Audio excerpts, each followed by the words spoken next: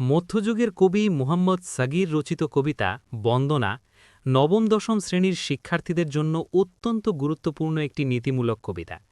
এই কবিতার মূল লক্ষ্য হল কৃতজ্ঞতার শিক্ষা দেওয়া।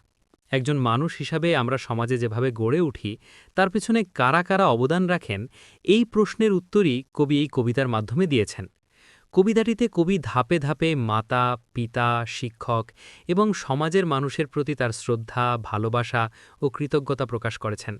ভাষা পুরনো হলেও অনুভূতি ও শিক্ষা আজকের শিক্ষার্থীদের জীবনেও সরাসরি প্রযোজ্য। কবিতার শুরুতেই কবি জানান যে তিনি দ্বিতীয়বার প্রণাম করছেন তার মা ও বাবাকে। এখানে দ্বিতীয় প্রণাম কথাটির মাধ্যমে বোঝানো হয় কবির কাছে প্রণামের একটি ধারাবাহিকতা আছে এবং তার মধ্যে মা বাবার স্থান অত্যন্ত গুরুত্বপূর্ণ। কবি স্পষ্ট করে বলেন, মা বাবার দয়ার কারণেই তিনি এই পৃথিবীতে জন্ম নিতে পেরেছেন। এই লাইনগুলোর মাধ্যমে কবি আমাদের মনে করিয়ে দেন যে মানুষের জীবনের শুরুটাই মা বাবার মাধ্যমে। নিজের কোনো কৃতিত্ব ছাড়াই একজন মানুষ পৃথিবীতে আসে, আর সেই আসার পুরো কৃতিত্বই বাবা মায়ের। এরপর কবি মায়ের স্নেহের এক অত্যন্ত হৃদয়স্পর্শী চিত্র তুলে ধরেছেন। তিনি বলেন, মা তাকে কখনো মাটিতে শুইয়ে রাখতেন না, যেন পিঁপড়ার মতো ক্ষুদ্র কোনো প্রাণীও তার সন্তানের ক্ষতি করতে না পারে। এই কথার মধ্য দিয়ে মায়ের অতিরিক্ত সতর্কতা, ভয় এবং ভালোবাসা প্রকাশ পেয়েছে।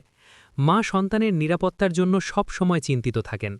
কবি আরও বলেন, মা নিজের কোল ও বুক দিয়ে সন্তানকে আগলে রেখেছেন, অর্থাৎ নিজের শরীর, নিজের আরাম, নিজের নিরাপত্তা সব কিছুর ঊর্ধ্বে সন্তানকে স্থান দিয়েছেন। এই ভালোবাসা শুধু ব্যক্তিগত নয়, এটি এমন এক ভালোবাসা যা সারা পৃথিবী চেনে। এরপর কবিতার শৈশবের অবস্থার কথা বলেন। তিনি স্বীকার করেন যে তিনি ছোটবেলায় ছিলেন দুর্বল ও অসহায় শিশু। নিজে কিছুই করতে পারতেন না, নিজের পক্ষে দাঁড়ানোর মতো শক্তি ছিল না। এই দুর্বলতা শুধু শারীরিক নয়, মানসিক ও সামাজিক দিক থেকেও একটি শিশুর অসহায় অবস্থাকে বোঝায়। কবি বলেন, মা বাবার দয়া না থাকলে তিনি কখনোই বড় হতে পারতেন না।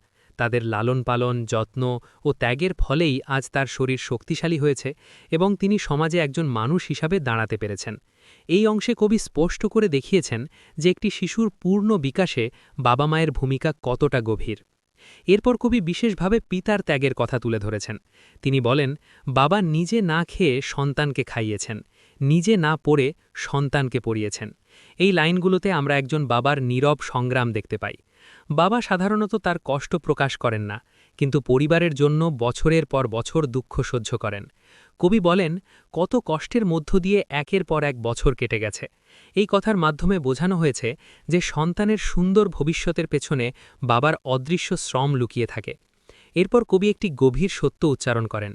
তিনি বলেন, পিতার প্রতি ভালোবাসা মানে নিজের জীবন ও যৌবন উৎসর্গ করলেও বাবার ঋণ কখনো শোধ করা সম্ভব নয়। যদি কেউ প্রশ্ন করে এই ঋণ কখন শোধ হবে, তবে তার কোনো উত্তর নেই। অর্থাৎ পিতার ঋণ আজীবনের, সীমাহীন। এই অংশটি শিক্ষার্থীদের মনে বাবা মায়ের প্রতি দায়িত্ববোধ জাগানোর জন্য অত্যন্ত গুরুত্বপূর্ণ। এরপর কবি শিক্ষকের কথা বলেন।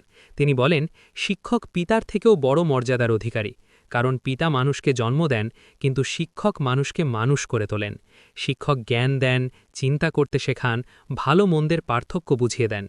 এই কারণেই কবি বলেন, শিক্ষক তাকে দ্বিতীয় জন্ম দিয়েছেন।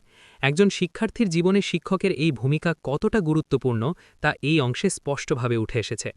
এরপর কবি তার সমাজের মানুষের কথা উল্লেখ করেন। তিনি বলেন, তিনি যে সমাজে বাস করেন সেখানে আত্মীয় স্বজন, বন্ধু, পরিচিত মানুষ এবং সভাসদগণ রয়েছেন।